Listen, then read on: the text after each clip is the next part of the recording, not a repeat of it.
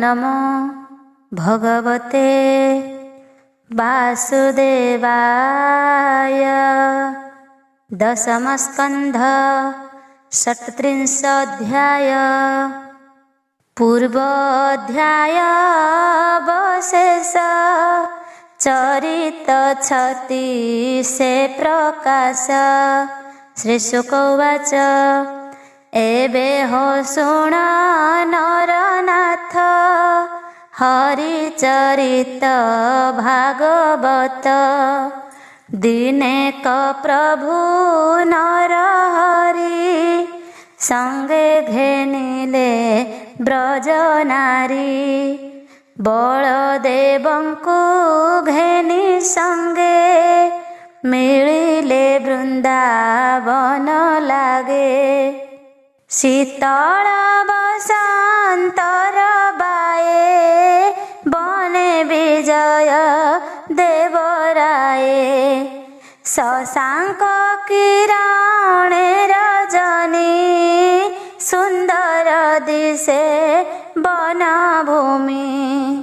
राम गोविंद गोपनारी विविध मते बनचारी। मध्ये विजय हलधर गोपीशानंदे गीत स्वर। कृष्ण करन्ति गीत नाद हरिले कामिनी विषाद। कुंद मल्लिका गंधसार शीतल बही समीर। गीत गोविंद शुणी कने मूर्छित हन्ति पशुगणे। पुलक हन्ति वृक्षपन्ति स्वर्गे देवता कले स्तुति। शुणी गोविंद गीत नाद गोपी पाइले मने खेद। कटी में खड़ा झीन बास कबरी होइला उश्वास।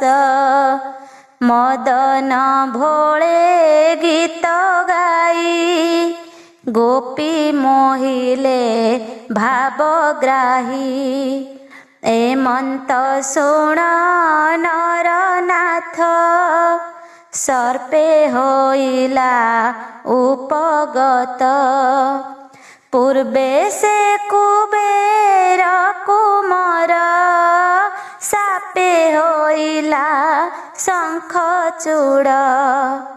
देखन्ति राम बनमाली गोपींक मध्ये बेगे मिली। उत्तर दिगु फुफु करी देखी पलांती गोप नारी। डाकन्ति राम कृष्ण रख ए बने होइलु निरेख। शार्दूले देखी गोरु पल जेने हुअन्ति अंतराल।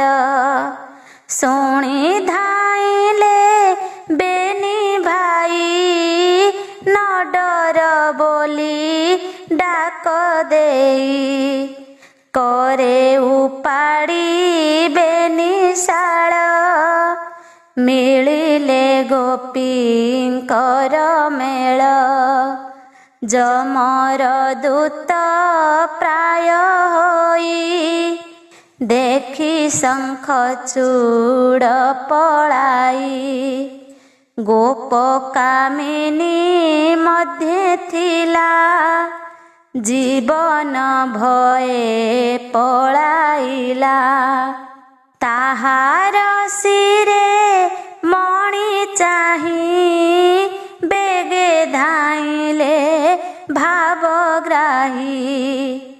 पछे जे थिले हलधारी ଗୋପ ଯୁବତୀ କିଆ ବୋରି ପଛେ ଗୋଡ଼ାନ୍ତି ନାରାୟଣ ସର୍ପ ହୋଇଲା ବଳ କ୍ଷୀଣ ମୁଷ୍ଟି ପ୍ରହାରୀ ସର୍ପ ଶିରେ ମଣି ଘେନିଲେ କୃଷ୍ଣ କରେ ଗୋବିନ୍ଦ ମୁଷ୍ଟି ଶିରେ ଲାଗି ସର୍ପ ହୋଇଲା ମୋକ୍ଷ ଭାଗୀ ଗୋବିନ୍ଦ ମଣି ଘେନି କରେ ମିଳିଲେ ରାମ ଛାମୁରେ ରାମର ହସ୍ତେ ମଣି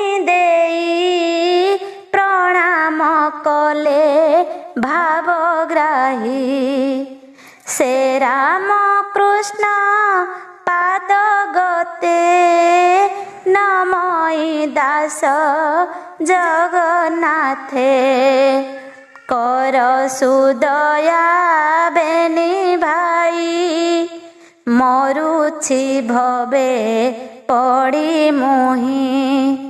ଇତି ଶ୍ରୀମଦ୍ଭାଗବତେ ମହାପୁରାଣେ ପାରମହଂସ୍ୟାಂ ସଂହିତାୟାं ଦଶମସ୍କନ୍ଧେ ଶଙ୍ଖଚୂଡ଼ବଧୋ ନାମ ଷଟ୍ତ୍ରିଂଶୋऽଧ୍ୟାୟ। ସପ୍ତତ୍ରିଂଶୋऽଧ୍ୟାୟ।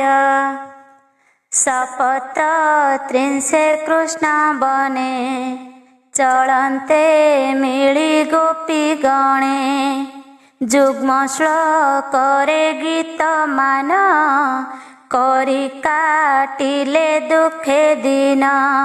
ଶ୍ରୀଶୁକ ଉବାଚ ଶୁଣ ପରୀକ୍ଷ ଦଣ୍ଡଧାରୀ ଗୋପରେ ଯେତେ ନର ନାରୀ କୃଷ୍ଣ ବନକୁ ଯିବା ଚାହିଁ କହନ୍ତି ଯଶୋଦା ବସାଇ। ଗୋପ୍ୟ ଉଚୁ ଶୁଣ ଗୋ ନନ୍ଦର ଘରଣୀ ତୋ ପୁତ୍ର କୃଷ୍ଣର କାହାଣୀ ବାଙ୍କ ନୟନ ଚାଳି ଧୀରେ ମୁରଲି ଲଗାଇ ଅଧରେ ଅଙ୍ଗୁଳି ବେଣୁ ରନ୍ଧ୍ରେ ଦେଇ ତ୍ରିଭଙ୍ଗୀ ଛନ୍ଦେ ଉଭା ହୋଇ ବାମକ ପୋଳ ଢାଳି ଧୀରେ ନିବେଶି ବାମ ବାହୁ ମୂଳେ ବେଣୁ ବଜାନ୍ତେ କୁତୁହଳେ ଯମୁନା କଦମ୍ବର ମୂଳେ ଆକାଶେ ସିଦ୍ଧ ଗଣ ତୁଲେ ଦେବ କାମିନୀ ମୋହ ଗଲେ ଲଜ୍ଜା ଛାଡ଼ିଲେ କାମ ଭଳେ କେଶବ ସନ ସମ୍ଭାଳେ। ଶୁଣ ଗୋ ବେଣୁଧର ମାତା ତୋର କୁମର ଚିତ୍ର କଥା ହୃଦେ ଲମ୍ବାଇ ବନମାଳ ଅଳପ ହସି ତୋର ବାଳ ବେଣୁ ବଜାଏ ଯେବେ ବନେ ଆନନ୍ଦ ହନ୍ତି ପଶୁ ଗଣେ ଗୋରୁ ମହିଷ ମୃଗ ଯୁଥ ଶୁଣି ତ ସୁତ ବେଣୁ ଗୀତ ତୃଣ କବଳ ଦନ୍ତେ କରି ମୁରଲି ନାଦେ ଚିତ୍ତ ଧରି ବତ୍ସାଏ ମୁଖ ଦେଇ ସ୍ତନେ ଶୁଣନ୍ତି ମୁଦ୍ରିତ ଲୋଚନେ ଚିତ୍ର ପ୍ରତିମା ପ୍ରାୟ ହୋଇ ଜନ୍ତୁଙ୍କ ଚକ୍ଷୁ ନ ଚଳଇ ସ୍ତବକ ପୁଷ୍ପ ଶିଖି ପୁଛ ରଙ୍ଗ ମୃତ୍ତିକା ମାଲ କାଛ ଆମ୍ଭ ପୁତ୍ରଙ୍କୁ ଘେନି ସଙ୍ଗେ ଗୋରୁଙ୍କୁ ଡାକନ୍ତେ ସୁରଙ୍ଗେ ନଦୀ ଯେ ବହୁଥିଲେ ବନେ ଶୁଣି ତ ସୁତ ବେଣୁ ଶୋନେ ଅଳପ ଧୀରେ ବହେ ବାରି ପବନେ ଉଜାଣି ଲହରୀ ତାପ ପାଦର ଯେ ଚିତ୍ତ ଦେଇ ବହଇ କିସେ ସ୍ଥିର ହୋଇ ପବନ ଆଣିବ ଉଡ଼ାଇ ଆମ୍ଭେ ତରିବୁ ରେଣୁ ପାଇ ଆଦି ପୁରୁଷ ପ୍ରାୟ ସେହି ଆମ୍ଭ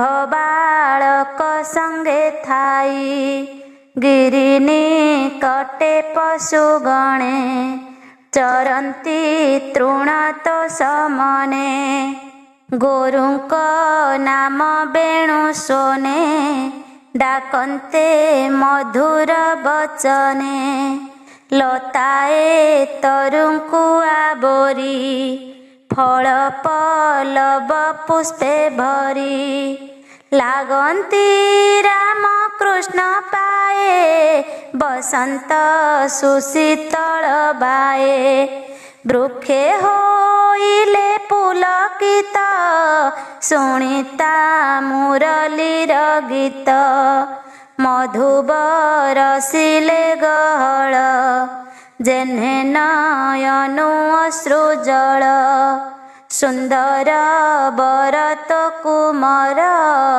ତୁଳସୀ ମାଳ ଲମ୍ବେ ଉର ଗନ୍ଧେ ଭ୍ରମର ନ ଛାଡ଼ନ୍ତି ବେଣୁ ଶବଦେ ଆବୋରନ୍ତି ନଦୀ ତଡ଼ାଗ ଜଳେ ଥାଇ ହଂସ ସାର ସେ ସ୍ଥିର ହୋଇ ମନ ନିରପି ବେଣୁ ଶୋନେ ମୁଦ୍ରିତ ହୋଇଲେ ଲୋଚନେ ନାନା କୁସୁମେ ବେଶ ହୋଇ ରୋହିଣୀ ସୁତ ସଙ୍ଗେ ଥାଇ ପର୍ବତ ପାଖେ ତୋର ବଳା ଶବଦେ ବ୍ରହ୍ମାଣ୍ଡ ମହିଲା ଇନ୍ଦ୍ର ବଚନେ ମେଘ ମାଳେ ସୁନ୍ଦର ଗଗନ ମଣ୍ଡଳେ ମିତ୍ରର ଶ୍ରମ ମନେ ଚାହିଁ ମେଘେ ଢାଙ୍କିଲେ ଛତ୍ର ହୋଇ ଗୋପେ ବିବିଧର ସେ ପୁରୀ ନ ଶିଖି ବେଣୁ ନାଦ ସ୍ଫୁରି ଶପଥ ସ୍ୱରେ ବେଣୁ ବାଇ ରଙ୍ଗ ନୟନେ ବାଙ୍କେ ଚାହିଁ ତୋର ନନ୍ଦନ ବେଣୁ ସ୍ୱରେ ବ୍ରହ୍ମା ଶଙ୍କର ଇନ୍ଦ୍ର ତୁଲେ ମୁନିଙ୍କ ସଙ୍ଗେ ବନ ମଧ୍ୟେ ମୋହ ହୋଇଲେ ବେଣୁ ନାଦେ ଅପୂର୍ବ ଶୁଣ କୃଷ୍ଣ ମାଏ ଧ୍ୱଜ ଅଙ୍କୁଶ ବେନି ପାଏ ଚିତ୍ରିତ କଲା ବନ ଭୂଇଁ ମତ ମାତଙ୍ଗ ପ୍ରାୟ ହୋଇ ତାର ଚାଲିବା ଦେଖି ମାଏ ଚାଲିତ ନ ପାରୁ ଭେଡ଼ାଏ ବୃକ୍ଷଙ୍କ ଗତି ଆମେ ଭଜୁ ଚାହିଁନ ପାରି ଚକ୍ଷୁ ବୁଝୁ ମଦନ ସରେ ହେଉ ଭୋଳ ଫିଟଇ କବରୀ ଅଞ୍ଚଳ ମଣି ଗୁଞ୍ଜରା ଶିରେ ଧରି ଗାଈଙ୍କ ପଛେ ବନଚାରି ତୁଳସୀ ମାଳ ଲମ୍ବେ ହୃଦେ ଭୁଜ ଗୋପାଳ ପୁଅ କାନ୍ଧେ ମଧୁର ରସେ ବେଣୁ ବାଇ ଚାଲନ୍ତେ ଚଉଦିଗ ଚାହିଁ ହରିଣୀ ଗଣ କୃଷ୍ଣେ ଚାହିଁ ବେଣୁ ଶବଦେ ଚିତ୍ତ ଦେଇ ଛାଡ଼ିଣ ସୁତ ଘର ବାସ କ୍ଷଣେ ନ ଛାଡ଼ନ୍ତି ପାଶ ସକଳ ଗୁଣଙ୍କର ସିନ୍ଧୁ ମୁଖ ଦିଶଇ ପୂର୍ଣ୍ଣ ଇନ୍ଦୁ ଉତ୍ତରୀ ଛନ୍ଦେ କୁନ୍ଦମାଳ ସଙ୍ଗତେ ଗୋରୁ ଗୋପ ବାଳ କାଳିନ୍ଦୀ ତଟେ ତ କୁମର ହୃଦୟ ଭେଦିଲାମ୍ବର ପବନ ଯୋଗେ ବୃକ୍ଷ ଡାଳେ ଲାଗନ୍ତି ତାର ପାଦ ତଳେ। ତ୍ରିଦଶେ ବାଦ୍ୟନାଦ କରି ସ୍ତୁତି କରନ୍ତି ବ୍ରହ୍ମଚାରୀ। ବିବିଧ ଅଙ୍ଗେ ଉପହାର କେ କହୁ ମହିମା ତାହାର। ଇନ୍ଦ୍ରର ଛଳେ ତ କୁମର କରେ ତଳିଲା ଗିରିବର। ବ୍ରହ୍ମା ଶଙ୍କର ଆଦି କରି ବନ୍ଦିଲେ ତାର ପାଦ ଧରି। ଗୋଧନ ଘେନି ଦିନ ଅନ୍ତେ ପଥେ ଆସନ୍ତେ ଗୋପୀନାଥେ। ଗୋଧୂଳି ଭୂଷଣ ଶରୀର ଜୀବନ ଦହେ ଗୋ ଆମ୍ଭର। ଗୋପ ବାଳକ ଇଷ୍ଟ ଦାତା ଦେବକୀ ଦେବୀ ଯାର ମାତା। ନକ୍ଷତ୍ର ପ୍ରାୟ ଗୋପ ବାଳ ତୋ ସୁତ ଶଶାଙ୍କ ମଣ୍ଡଳ। ବେନି ଲୋଚନ ମତ ଭୋଳେ ଚାଲେ ଗୋପାଳ ପୁଅ ମେଳେ। ଗୋରୁଙ୍କ ଧୂଳି ମୁଖେ ମିଶି ବଦରି ଫଳ ପ୍ରାୟ ଦିଶି। ରତ୍ନ କୁଣ୍ଡଳ କର୍ଣ୍ଣେ ଶୋହେ ରୂପେ କୋଟିଏ କାମ ମୋହେ। ଚାଲଇ ମତ ଗଜ ଛନ୍ଦ ମୁଖତା ପୂର୍ଣ୍ଣିମାର ଚାନ୍ଦ। ଆମ୍ଭେ ଗୋ ଚାହିଁ ତାର ମୁଖ ଖଣ୍ଡୁ ବିରହ ତାପ ଦୁଃଖ। ଶ୍ରୀ ଶୁକ ଉବାଚ ଏମନ୍ତ କୃଷ୍ଣ ଲୀଳା କହି ନନ୍ଦ ଘରଣୀ ଆଗେ ଯାଇ। ଗୋପୀଙ୍କ କୃଷ୍ଣ ପାଦେ ଚିତ୍ତ ଦିନକୁ ଦିନ ପ୍ରମିତ। ଛାଡ଼ିଲେ ଭବ ବନ୍ଧ ଭ୍ରମ କୃଷ୍ଣ ନ ଜାଣନ୍ତି ଆନ। ସେ ଗୋପ ଗୋପୀଙ୍କ ପୟରେ ମନ ଥାଉ ନିରନ୍ତରେ। ନାମ ମୋହର ଜଗନ୍ନାଥ ଭକତି ଛାଡ଼ି ରଖିତ।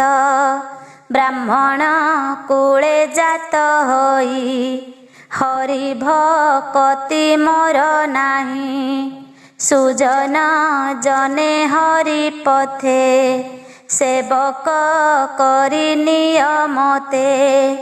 ନିବିଡ଼ ମୋହ ଜଳେ ଥାଇ କୃଷ୍ଣ ଚରଣେ ମନ କାହିଁ।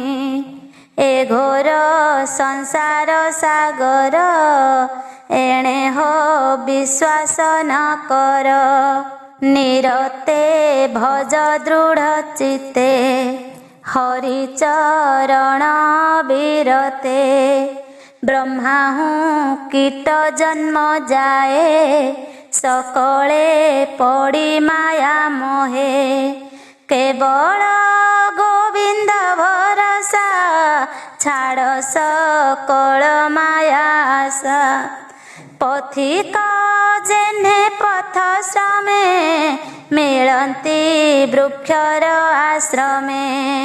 ଶ୍ରମ ସାରିଲେ ଯେ ଝାମତେ ଚଳନ୍ତି ବୃକ୍ଷ ଥାଇ ପଥେ। ଏସନ ସଂସାର କୁଟୁମ୍ବ ସୁଖ ଦୁଃଖରେ ପରାଭବ। ବିନା ଗୋବିନ୍ଦ ଆଶ୍ରିତାର ନାହିଁ କେ ବଣ ପ୍ରତିକାର। ପୁରାଣ ଶ୍ରୀ ଭାଗବତ ବାଇଙ୍କ ପ୍ରାୟ କଲି ଗୀତ। ପଣ୍ଡିତେ ନ କରିବ ହାସ ତୁମ୍ଭ ଚରଣେ ମୁହିଁ ଦାସ। ଇତି ଶ୍ରୀମଦ୍ଭାଗବତେ ମହାପୁରାଣେ ପାରମହଂସ୍ୟାಂ ସଂହିତାୟାಂ ଦଶମସ୍କନ୍ଧେ ବୃନ୍ଦାବନ କ୍ରୀଡ଼ାୟାಂ ଗୋପିକା ଯୁଗଳ ଗୀତମ୍ ନାମ ସପ୍ତତ୍ରିଂଶ ଅଧ୍ୟାୟ। ଅଷ୍ଟାତ୍ରିଂଶରେ ହତବୃଷ ରାମକୃଷ୍ଣଙ୍କୁ ତହୁଁ କଂସ ବସୁଦେବର ଜାଣି ସୁତ ଅକ୍ରୂର ପେଶିଲା ତୁରିତ। ଶ୍ରୀ ଶୁକବାଚ ଶୁଣ ପରୀକ୍ଷ ନରନାଥ ଗୋପେ ଅସୁର ଉତପାତ ଅରିଷ୍ଟ ନାମେ ଷଣ୍ଢ ରୂପୀ ମିଳିଲା ବନ ଗିରି ବ୍ୟାପୀ ବୃଷଭ ରୂପୀ ମହାକାଏ ଅବନି ଖୋଳୁ ଅଛି ପାଏ ଗର୍ଜଇ ଘୋର ନାଦ କରି ପାଦେ କମ୍ପଇ ବସୁନ୍ଧରୀ ଲାଞ୍ଜ ଉଭାରି ବେଗେ ଧାଇଁ ଖୋଳଇ ସିଙ୍ଗେ ଉଚ୍ଚ ଭୂଇଁ ଅଳପ ଅଳପ ମୁତଇ ଚକ୍ଷୁ ଘୁରାଇ ପୁଣ ଚାହିଁ ଶୁଣି ତାହାର ଘୋର ନାଦ ଗାଈ ଗୁଆଳୀଙ୍କ ବିଷାଦ ପତନ ହୋଇ ଗର୍ଭ ତଳେ ଦେବେ ଡରନ୍ତି ସ୍ୱର୍ଗ ଆଳେ ପିଠି ଉପରେ ଚୂଳ ଦେଖି ପର୍ବତ ପ୍ରାୟ ଉପଲକ୍ଷୀ ମେଘେ ବସନ୍ତି ତା ଉପରେ ଶୃଙ୍ଗ ଯୁଗଳ ତୀକ୍ଷ୍ଣ ଶିରେ ଗୋପୀ ଗୋପାଳ ଦେଖି ଡରେ ପଳାଇ ଗଲେ ବନ ଘୋରେ ଗୋରୁଏ ପଳାଇଲେ ଦେଖି ଭଏ ବୁଝିଲେ ବେନି ଆଖି ପଡ଼ିଲା ଗୋପ ପୁରେ ହୁରି ଡାକନ୍ତି କୃଷ୍ଣ ନାମ ଧରି ରଖ ଗୋକୁଳ ଦାମୋଦର ଆମ୍ଭେ ଯେ ଶରଣ ତୋହର ବିକଳ ଦେଖିଣ ଗୋକୁଳ ଧାଇଁଲେ ପ୍ରଭୁ ଆଦି ମୂଳ ଆନନ୍ଦେ ତୋଳିବେନି ଭୁଜ ଡାକନ୍ତି ପ୍ରଭୁ ଦେବରାଜ ଭୟ ନ କର ତୁମ୍ଭେ କେହି ଅସୁର ସଂହାରିବି ମୁହିଁ ଏମନ୍ତ ବୋଲି ନରହରି ଡାକିଲେ ଷଣ୍ଢ କୁଆ ବୋରି ରେ ରେ ଦଇତ ଦୁରାଚାର କିମ୍ପା ଡରାଉ ଗୋପପୁର ଦୁଷ୍ଟ ଦଳନ ବାନା ମୋର ଆଜ ପେଶିବି ଯମପୁର ଧାଇଁଲେ ବାହାନାଦ କରି ସ୍ୱର୍ଗେ ଦେଖନ୍ତି ଦେବନାରୀ ଗୋବିନ୍ଦ ଦେଲେ କରତାଳ ଶୁଣି ଅସୁର ସମ୍ଭାଳ ପଛେ ଅଛନ୍ତି ଭାବଗ୍ରାହୀ ବାଳକ କନ୍ଧେ ହସ୍ତ ଦେଇ କୃଷ୍ଣର ଶୁଣି କରତାଳି କୋପେ ଅସୁର ପରଜୋଳି ଖୁରେ ଖୋଳଇ ମହିସ୍ଥଳ ଲାଞ୍ଜ ବୁଲାଇ ଅନ୍ତରାଳ ମେଘେ ଉଡ଼ିଲେ ଲାଞ୍ଜ ବାଏ ନିଶ୍ୱାସ ଖର ତର ବହେ ଆଗେ ଉଭାରି ଶୃଙ୍ଗ ଦୁଇ ଚକ୍ଷୁ ବୁଝିଲା କୃଷ୍ଣେ ଚାହିଁ ବେଗେ ଧାଇଁଲା ଧାତିକାରେ ବଜ୍ର ଯେ ସନେ ଇନ୍ଦ୍ର କରେ ଆଗ ହୋଇଲେ ଭାବଗ୍ରାହୀ करे धाइले श्रृंग दुई असुर न पारिला जाई पछकु देले हाबुड़ाई असुर पाई महात्रास घुंचिला भेड़ा अष्टादश जेन्हे उभारी बेनी गज पछ घुंचिले देवराज दईत मूर्छा गत होई पुणी उठिला ज्ञान पाई धाइला पवन हुखर शृंग धइले चक्रधर असुर देहे पाद देई तले पाड़िले बेगे नेई पछ चरण पादे चापी मुंड मोड़िले विश्वरूपी ओदा बसन प्राय मोड़ी ताहार देहु शृंग झाड़ी मुखरु गलई रुधिर बेगे छाड़िला कळे बर चारि चरण प्रसारिला गोविंद मुख को चाहिला प्राण छाड़िला महाबली देखंती स्वर्ग लोके मिली देवे करंती पुष्पवृष्टि कृष्ण नासिले गोपरिष्टि एमंते असुर निबारी उश्वास कले गोपपुरी गोपी गोपाल नंद मेले स्तुति करंती पाद तले गोपीए चाहांती श्रीमुख खंडिले जन्म बंध दुख कृष्ण चरणे देई चित्त कहई दास जगन्नाथ। इति श्रीमद्भागवते महापुराणे पारमहंस्यां संहितायां दशमस्कन्धे षण्ढासुरमोक्षणं नाम अष्टात्रिंशोऽध्याय। 39 अध्याय। पूर्व अध्याय शेष कथा 39 रे व्यवस्था।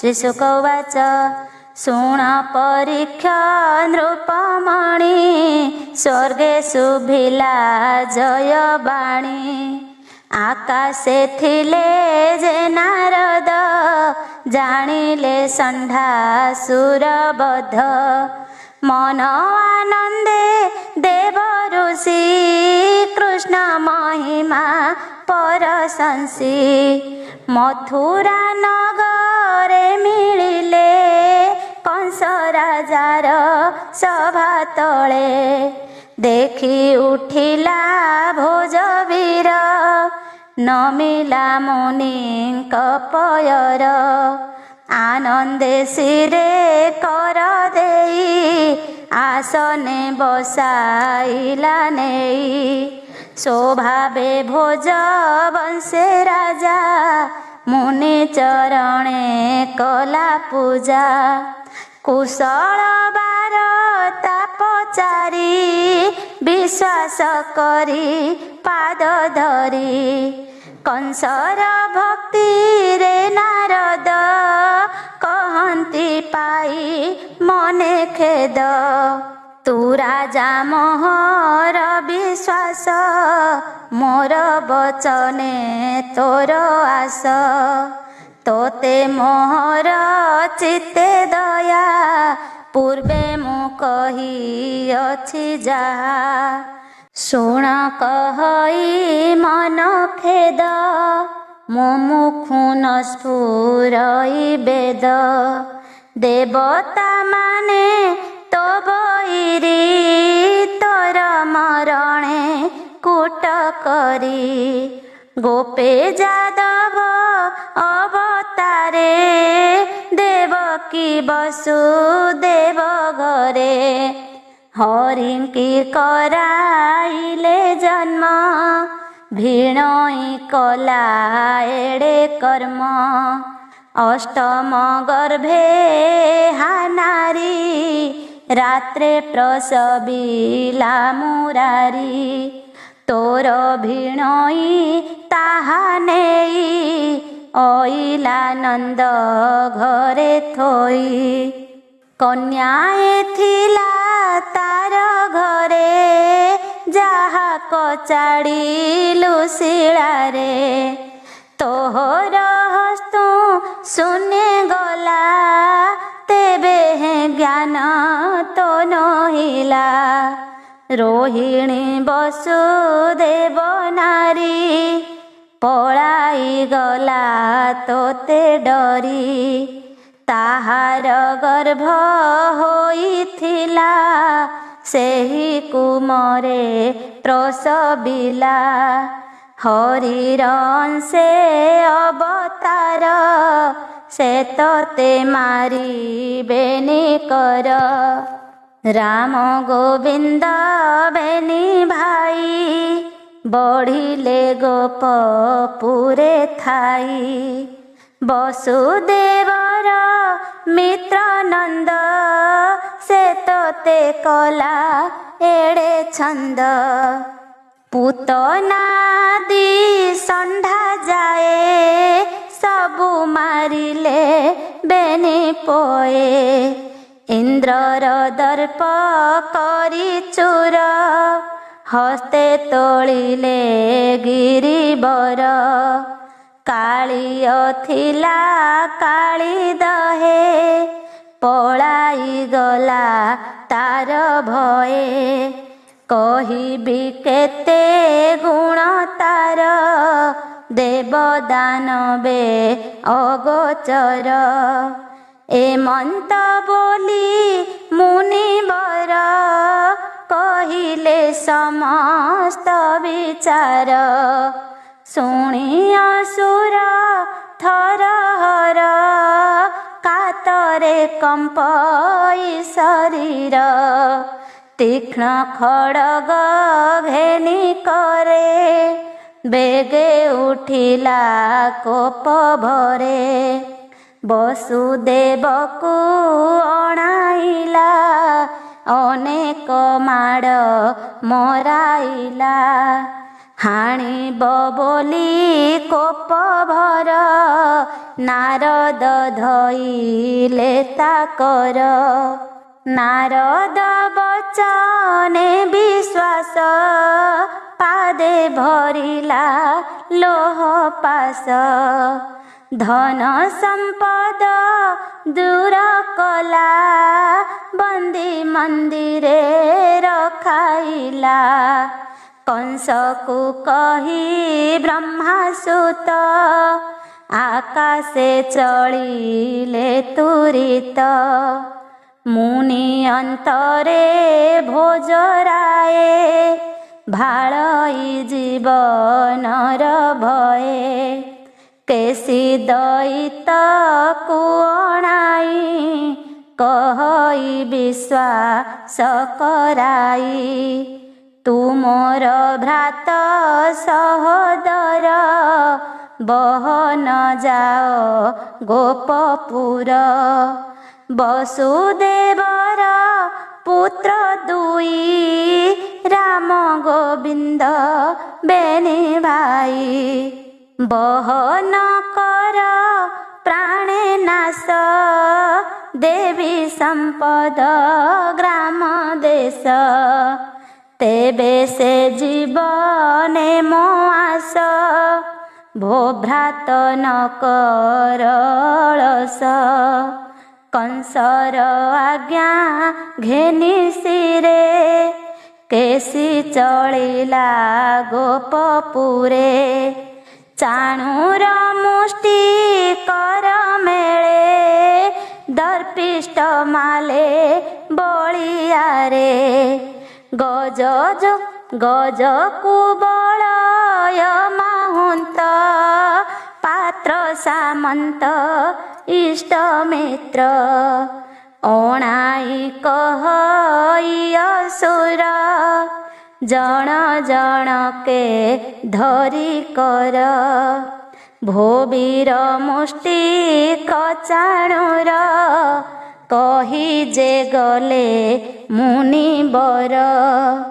ବସୁଦେବତା ପୁତ୍ର ଦୁଇ ଗୋପରେ ଅଇଲା ଲୁଚାଇ। ଗୋପତେ ନନ୍ଦ ଘରେ ଥାଇ ବଢ଼ିଲେ ବଳବନ୍ତ ହୋଇ। ଯେତେ ଅସୁର ମୋର ଗଲେ ଗୋପରେ ଥାଇ ସଂଘାରିଲେ।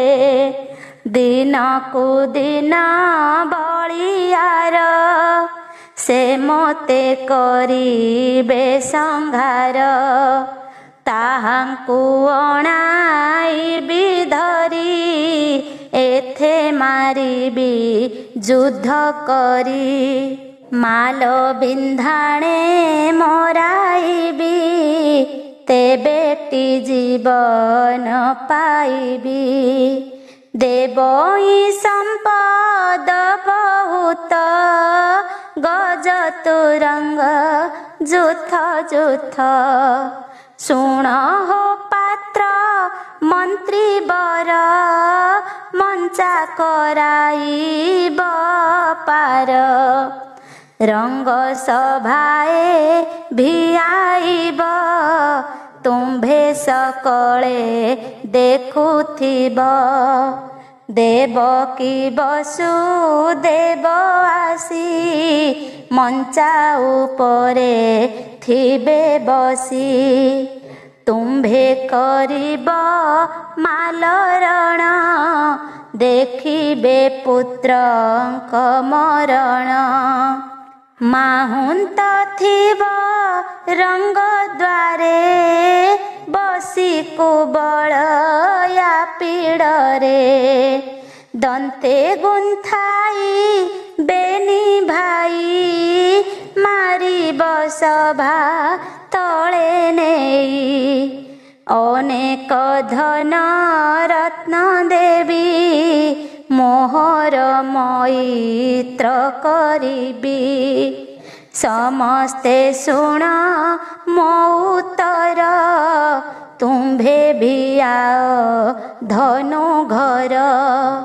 शुक्ल चतुर्दशी दिने पूजा करिब रात्र माने छेली महिषी बलि भोजा क्षेत्रपालंकु कर पूजा घोषणा दिया चारि दिगे ग्राम पाटणा पुर भागे जन परजा जेते दुखी आसीबे धनु जात्रा देखी देवई धन वस्त्र न तुला पुरुष आदि दान एमंत कही कंस गला भीतर पुरे विजे कला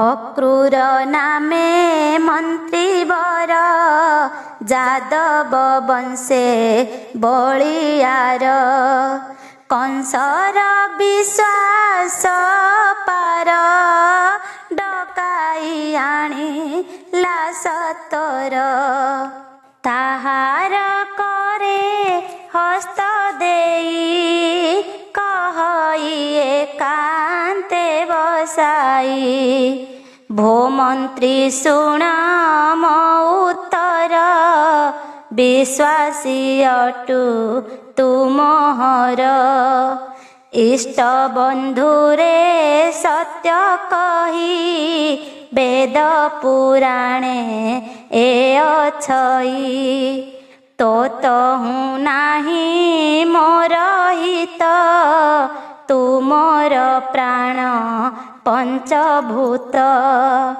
तोहर बळे आज मोहि शत्रु संहारी ते लोड़ई जेसने विष्णु आश्रय करी देवे हुअंती सुखचारी नंद गोकुले बेगे जाओ मोहर हिते जेबे थाओ तुम्भर बळे मु निश्चिंत भूमित्र कहिलिटी सत्य वसुदेवर पुत्र दुई राम गोविंद बेनी भाई थोइला नेई नंद घरे ଲୁଚାଇ ବସୁଦେବ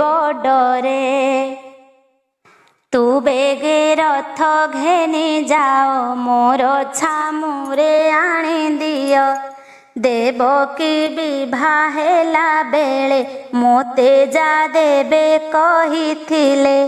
ସେ କଥା ହୋଇଲା ଯୁକତେ ନାରଦ କହିଗଲେ ମୋତେ ମାରିବେ ବେନି ଭାଇ ସେ କଥା ଉଚିତ ଯେ ହୋଇ। ଗୋକୁଳେ ଥାଇ ବଳିୟାର ଅନେକ ମାଇଲେ ଅସୁର।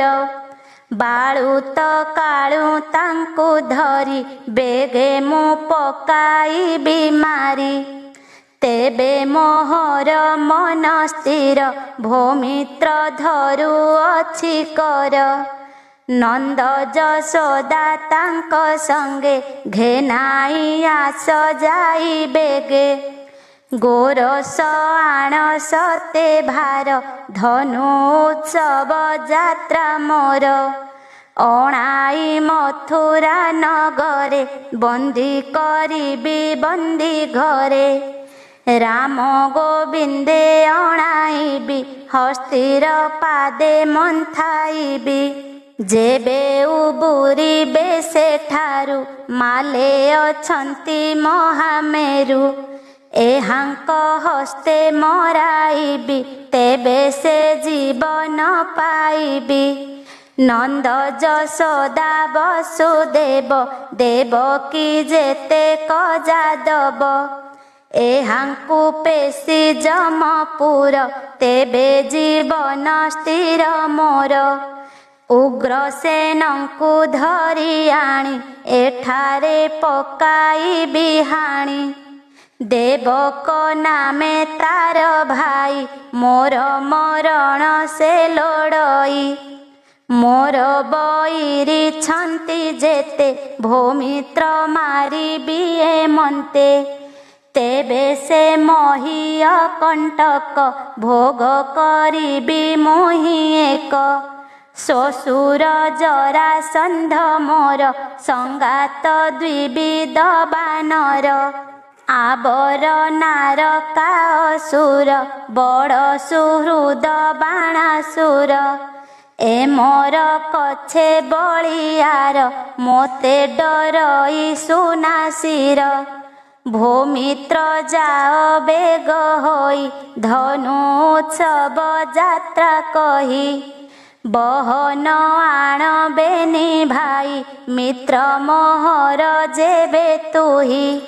ଏମନ୍ତ କଂସ ବୋଲ ଶୁଣି ଅକ୍ରୂର ମନେ ମନେ ଗୁଣି। ବୋଲଇ ଶୁଣ ନରନାଥ ଏ କଥା ତୋହର ଉଚିତ। ରିପୁକୁ ବୁଦ୍ଧି ବଳେ ମାରି ତେବେ ଜୀବନ ସୁଖେ ଧରି। କହଇ ଶୁଣ ନରେଶ୍ୱର ଦଇବ ବଳ ବଳିୟାର। ଯେ ଯାହା କର୍ମ ଫଳ ବଳେ ଭୋଗ କରନ୍ତି ମହି ତଳେ। ମର୍ତ୍ତେ ମାନବ ଦେହ ବହି ଲାଭ ଲାଭ ନ ଜାଣଇ। ଯେ ଯାହା ପୂର୍ବେ ଥାଇ କରି ଭୁଞ୍ଜଇ ସେ ଫଳ ଆବରି। ଶୋକ ହରସ ବେନି ପଥେ ମିଳନ୍ତି କର୍ମର ଆୟତ୍ତେ। ତୋହର ଆଜ୍ଞା ଶିରେ ଘେନି ଭୌମିତ୍ର ଯିବି ଏହି କ୍ଷଣି। ଶୁଣି ହରସ ଭୋଜ ରାଜା ଅକ୍ରୂରେ କଲା ମିତ୍ର ପୂଜା। କଂସ ପଶିଲା ଅନ୍ତପୁର ଅକ୍ରୂର ହୋଇଲା ବାହାର। ପଥେ ସେ ବିଚାରଇ ମନେ କୃଷ୍ଣଙ୍କୁ ଦେଖିବି କେଶନେ। ସତେ କି ଦେଖିବି ଶ୍ରୀମୁଖ ଖଣ୍ଡିବି କୋଟି ଜନ୍ମ ଦୁଃଖ। ମିଳିଲା ନିଜ ଘରେ ଯାଇ ଗୋବିନ୍ଦ ପାଦେ ଚିତ ଦେଇ। କହଇ ଦାସ ଜଗନ୍ନାଥ ଅକ୍ରୂର ସଜ କଲା ରଥ। ସେ ରଥ ପଛେ ଥାଇ ଧୀରେ ମନ ମୋ ଯାଉ ଗୋପପୁରେ। ସୁଜନେ ଆସ ସଙ୍ଗତରେ କୃଷ୍ଣ ଦେଖିବା ବେନି ଡୋଳେ। ଅକ୍ରୂର ରଥେ ମନ ଥୁଅ ସଂସାର ସୁଖେ ଧ୍ୱଂସ ନୁହଁ। ବାରେ ଦେଖିଲେ କୃଷ୍ଣ ରୂପ ଆଉ କି ଥିବ ମନେ ତାପ। इति श्रीमद्भागवते महापुराणे पारमहंस्यां संहितायां दशमस्कन्धे अक्रूर सम्प्रेषणं नाम 39 अध्याय।